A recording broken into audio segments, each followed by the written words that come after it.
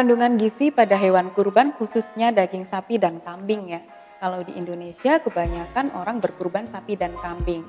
Kedua bahan ini dalam berat yang sama, dalam berat 100 gram ini memiliki kandungan yang berbeda. Nilai energinya berbeda, kemudian lemaknya berbeda, proteinnya berbeda dengan dominan lebih tinggi pada daging sapi.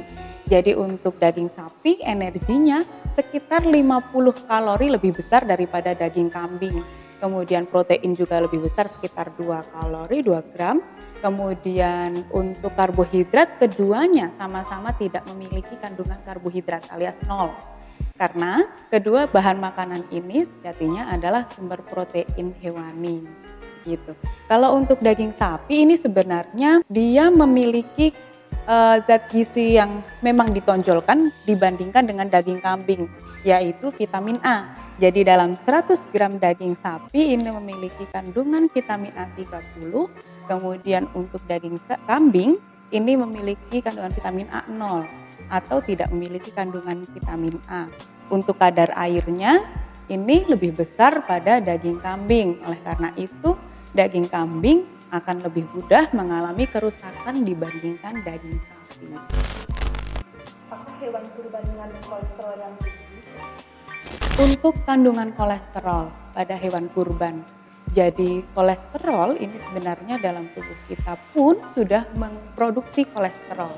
Tapi untuk kolesterol dari bahan makanan ini juga akan sangat mempengaruhi kandungan kolesterol dalam tubuh kita. Jadi untuk hewan kurban seperti daging sapi dan kambing dia jelas memiliki kandungan kolesterol yang cukup tinggi. Apakah konsumsi daging kambing atau sapi yang terlalu banyak bisa menyebabkan hipertensi atau darah tinggi? Konsumsi daging sapi atau kambing sama saja. Jadi untuk konsumsi daging-dagingan dengan kandungan kolesterol yang tinggi, nantinya dalam tubuh kita ini dia akan membuat plak. Kolesterol darah ini akan membuat plak dalam pembuluh darah. Nah, pada saat pembuluh darah ini sudah tertutup dengan plak-plak kolesterol, secara otomatis dia akan menghambat laju peredaran darah. Jantung juga akan bekerja lebih keras untuk memompa darah. Jadi ini efeknya sangat tidak bagus. Ketika darah ini tersumbat alirannya, maka akan bisa terjadi hipertensi atau tekanan darah tinggi. Seperti itu. Nah, apa sih yang harus kita lakukan pada saat kita ingin mengkonsumsi daging kurban dengan aman? Nah, yang harus kita lakukan adalah kita mempertimbangkan cara olahnya seperti apa untuk mengurangi kolesterol, lemak, dan lain-lain. Kemudian kita juga harus mengkonsumsi serat yang lumayan banyak untuk mengimbangi kolesterol dalam tubuh kita, karena kolesterol dalam tubuh kita ini pun kita harus buang juga dengan bantuan serat. Begitu. Nah, bagaimana pola konsumsi yang sehat untuk olahan hewan kurban? Untuk hewan kurban, karena dia memiliki kandungan kolesterol, memiliki kandungan natrium, lemak yang lumayan tinggi, jadi kita pilihlah pola pemasakan atau pengolahan ini yang meminimalisir lemak. Misalkan dengan kita bakar, karena nanti lemaknya pasti akan luruh. Kita minimalisir olahan goreng-gorengan, kemudian santan kental, ini kita minimalisir sekali, kita pastikan kita menggunakan minyak, walaupun misalkan kita tetap akan menggunakan minyak ini hanya menggunakan sedikit saja, misalkan untuk menumis. Jadi olahan maksimal disarankan hanya sampai ditumis saja. Untuk olahan lain dengan kandungan lemak yang lebih tinggi, ini lebih baik agak dibatasi. Begitu.